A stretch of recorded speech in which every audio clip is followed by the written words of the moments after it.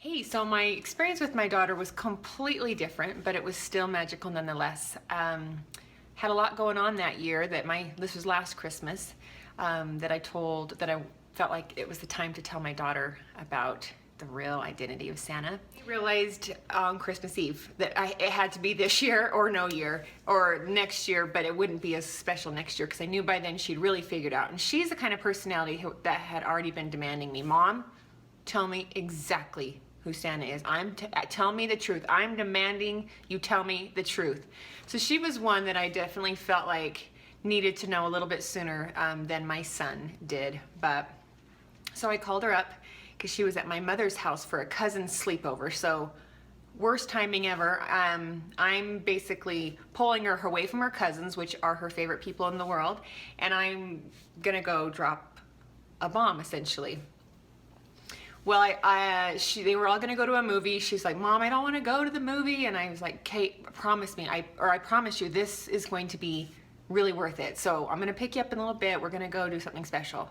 So I went and I picked her up, and at this point, my brother had written the poem based off of the story.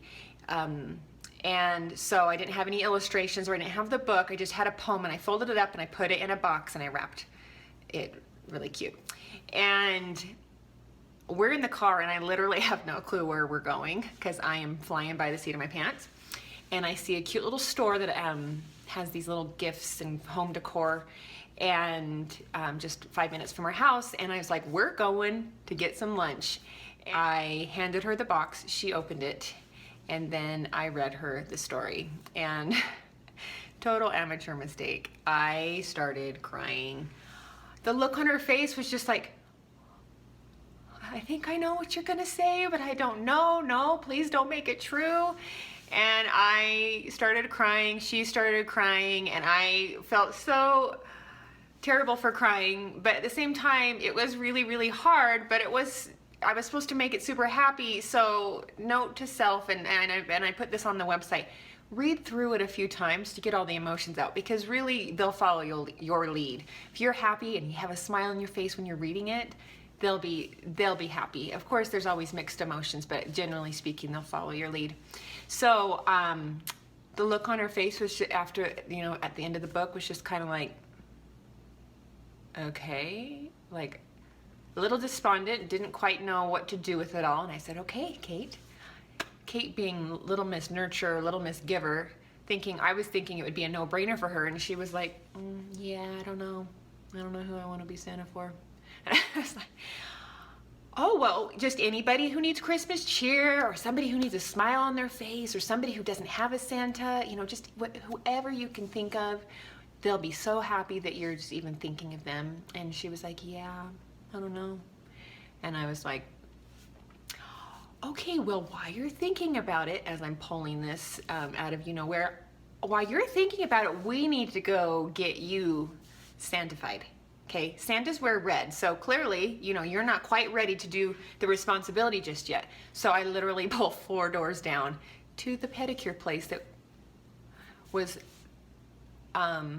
surprisingly open on Christmas Eve. So we walk in, I talk to the technician, I said, this little girl needs some fancy, festive fingernails, and paint them bright red and do whatever else you want with them. So she, of course, her eyes, she started to get a little bit more excited, but she was still, you could tell, just very contemplative about the whole thing. And so we get in the car, I say, all right, so who do you want to be Santa for? And she was like, I don't know.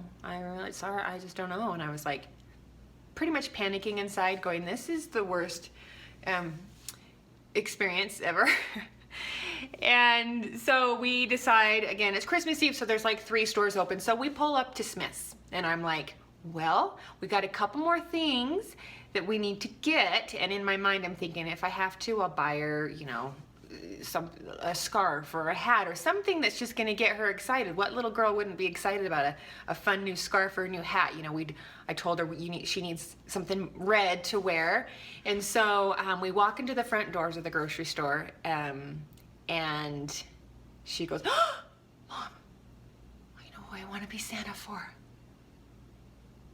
And I can't tell you the name because this is top secret, But as soon as she realized who she wanted to be Santa for, the lights went on and the magic was alive again. And she was like, and I'm gonna get her this, and I'm gonna get her this, and then I know and well, her and I at this point were both crying again. It was just happy. It was just a wonderful thing to see it kind of come to life. And so we bought her the things that she needed to get. We went home and she started wrapping the presents, and she was like, Mom, I need to get myself a special Santa signature. Because what if they recognize my name or my handwriting? I was like, absolutely. And so we made sure the presents were extra specially wrapped because it's from Santa Claus. And she plotted out, how she was going to give the present. And at one point, I remember the moment she was sitting on the ground, the present was there, the wrapping paper, the ribbon, the tape, the scissors, just like the spread in one of the spreads in the book. And she looked up and she goes, Mom, I am so glad I didn't go to the movie with cousins. This is the best. And I was just like, this is the best. Giving is always better than receiving. And so, of course, that was sweet and special. But what was really, really special is at about 11 o'clock that night, as I was trying to prepare my Santa supplies, I was I locked myself in the laundry room so I could do some last minute wrapping and things like that. And I hear a knock on the door, and it's my daughter, and she's just like, Mom. I was like, what? You're supposed to be in bed. Mom, so-and-so needs a Santa too. And I was like,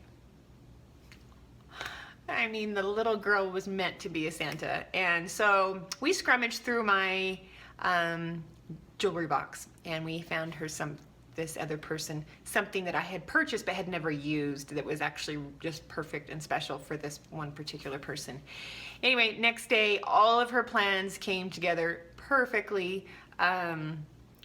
It was a true mystery when gifts were being opened, and it said from Santa Claus, and people could not figure it out, and nobody ever said a word. My daughter and I were stone-faced. We got the biggest kick out of that, and to this day, we talk about that. But she's already this year, she's dibbed setting out our 3-year-old son's presents under the tree, and she's already asked if she could eat the cookies. So and the cutest thing ever was yesterday. We were on our way to swim practice, and she said, Mom, I'm gonna be a service Santa this year. I'm gonna go around like raking people's leaves, and we can just do all these fun little things that, and we'll do it in secret. And anyway, the book means something to me. I hope it means something to every little child that gets to read it with their parents, and I hope that truly it reinforces the magic of Christmas and the importance of giving over receiving. And anyway, thanks.